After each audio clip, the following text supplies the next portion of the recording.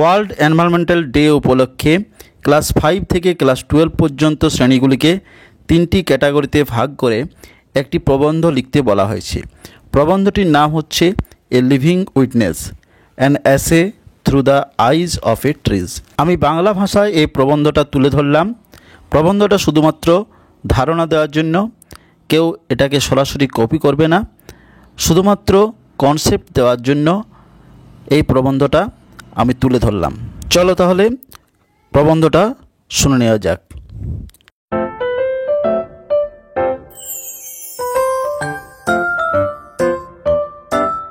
আমি একটি বট গাছ। গ্রামের মাঝামাঝি জায়গায় যেখানে হরি মন্দির আছে তার পাশেই আমার জন্ম। চলো আজকে আমি তোমাদের আমার গল্প শোনাবো। আজ থেকে প্রায় 60 বছর আগে একটি পাখি মুখে করে একটি বট ফল এনে এই জায়গায় ফেলে দিয়েছিল। তখন এই জায়গাটায় কোনো হরি মন্দির ছিল না, পাশাপাশি 2-1টা ঝুপড়ি ঘর ছিল, আর তার চারপাশ ছিল ঘন গাছপালা। সারাদিন পাখিদের কাকলি কুজনে জায়গাটা ভরে থাকতো। তারপর একদিন বর্ষা নামলো। বৃষ্টির জল আর সূর্যের তাপে আমার 2-1টা করে পাতা গজাতে লাগলো। তারপর আমি যখন একটু বড় হলাম তখন ও পাড়ার একটা ছাগল এসে আমাকে মুড়িয়ে দিল। পাশের ঘরের মোড়ল দিদি তখন আমাকে দেখে আমার চারপাশ বেড়া দিয়ে ঘিরে দিয়েছিল। সে থেকে আর কোনো গরু ছাগল আমাকে খেতে পারেনি। এই জন্য আমি মোড়ল দিদিকে কৃতজ্ঞতা জানাই। মোড়ল দিদি আজ আর হয়তো আমাদের মধ্যে বেঁচে নেই, কিন্তু গ্রামের সবাই যখন আমার তলায় বসে গল্প করে তখন তারা মোড়ল দিদির নাম করে। মোড়ল দিদি আজ আর না বেঁচে থাকলেও তিনি আমার মধ্যে বেঁচে আছেন। যাই হোক, 1-2 করে বছর কাটতে কাটতে আজ আমি একটা মস্ত বড় বট গাছ। আমার ডাল ছড়িয়ে পড়েছে অনেক দূর পর্যন্ত। একটি ডাল তো ছড়িয়েছে পাশের পুকুরের উপর। শিকড়গুলোও চারপাশ ছড়িয়ে মাটিকে শক্ত করে আঁকড়ে ধরে রেখেছে। ডালপালা থেকে বেরিয়েছে মস্ত মস্ত ঝুড়ি। গ্রামের বালকেরা যখন পুকুরে স্নান করতে আসে তখন তারা আমার ঝুড়ি ধরে পুকুরে ঝাঁপ দেয়। তাদের এই আনন্দ দেখে তাদের খেলার সাথী হতে পেরে আমি খুবই আনন্দিত। আগে যেখানে ঘন গাছপালা ছিল সেগুলো কেটে গ্রামের লোকেরা ঘরবাড়ি বানিয়েছে। গ্রীষ্মের প্রচণ্ড দাবদাহে যখন মানুষজন ঘরে থাকতে পারে না তখন তারা আমার ছোট্ট ছায়াতলে আশ্রয় নিতে চলে আসে। গ্রামের 16 আনা থেকে তো বসার জন্য আমার চারপাশে ইট সিমেন্টের বেদি বানিয়ে দিয়েছে। রাত্রিবেলা তো অনেকে আমার তলে ঘুমিয়ে থাকে। জানো তো, আমি কখনো একা অনুভব করি না। সব সময় কেউ না কেউ আমার কাছে থাকে। আমার ডালে থাকে কত পাখি, কাঠবিড়ালি, পেঁচা, বক। আমি অনেক ঘটনার সাক্ষী। ছোটবেলা থেকে আমি কত মানুষকে চলে যেতে দেখলাম। কেউ মারা গেলে শ্মশান থেকে ফিরে এসে পুকুরে স্নান করে আমাকে কোল দিয়ে যায়। হিন্দুদের এটাই নিয়ম। তখন আমার বুকটা ফেটে যায়। যে লোকটা আমার ছায়ায় বসে এতটা সময় কাটালো আজ আর সে আমাদের মধ্যে নেই, এটা ভাবতেই পারি না। একবার তো ও পাড়ার গোয়ালদের 8 বছরের ছেলেটা সাপের কামড়ে মারা গেল। শুনেই তো আমার বুকটা ফেটে গেল।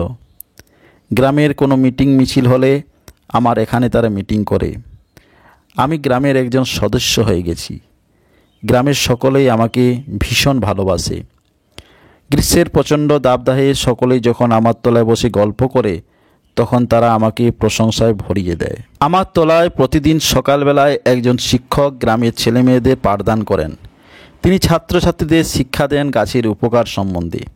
গাছ ফুল, ফল, শাক, সবজি, কাঠ, অক্সিজেন দিয়ে তাদের কত উপকার করে। গাছ থেকে নাকি নানা রকমের জীবনদায়ী ওষুধও তৈরি হয়।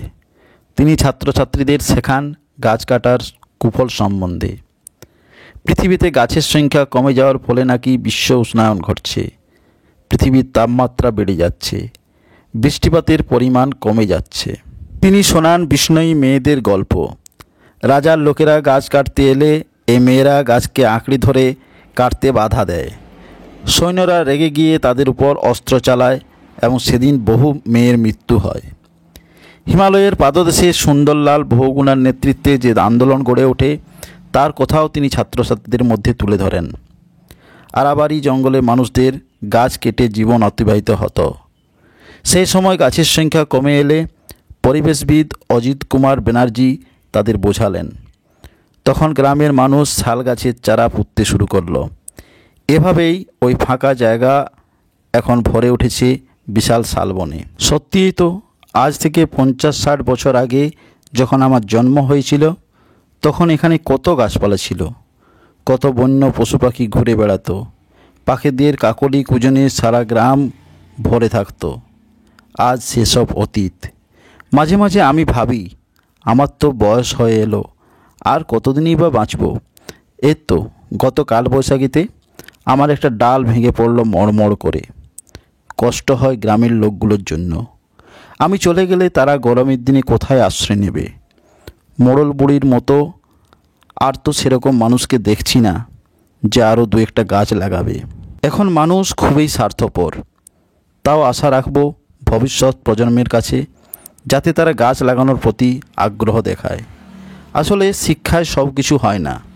এই তো কিছুদিন আগে আমার ছায়াতে বসে কিছু লোক গল্প করছিল। পুরুলিয়ার কে এক নাকি গাছ বাবা, যার আসল নাম দুখু মাঝি, সে নাকি বিদ্যালয়ের গণ্ডি পর্যন্ত মারায়নি। কোনো একদিন এক বিডিও অফিসারের মুখে গাছের উপকারিতার কথা শুনে ছোট থেকে প্রায় লক্ষাধিক গাছ রাস্তার ধারে লাগিয়েছে এবং বড় করেছে। এর জন্য ভারত সরকার তাকে পুরস্কৃত করেছে। গাছকে বেড়া দিয়ে আগলে রাখার জন্য সে শ্মশানের ফেলে দেওয়া কাপড় ব্যবহার করত। আসলে কোনো কাজ করতে গেলে সৎ মনোভাবটাই রাখা দরকার, অর্থ অন্তরায় নয়। আশা করব গাছ বাবার মতো আর অনেকেই পরিবেশকে বাঁচানোর জন্য গাছ লাগাতে এগিয়ে আসবে। এই আশা নিয়ে আমার গল্প আজ এখানেই শেষ করছি। সকলেই ভালো থাকবেন। ধন্যবাদ। ভিডিওটি ভালো লেগে থাকলে অবশ্যই বন্ধুদের মধ্যে শেয়ার করবে, আর এরকম আরও ভিডিও পাওয়ার জন্য অবশ্যই চ্যানেলটিকে সাবস্ক্রাইব করে রাখবে।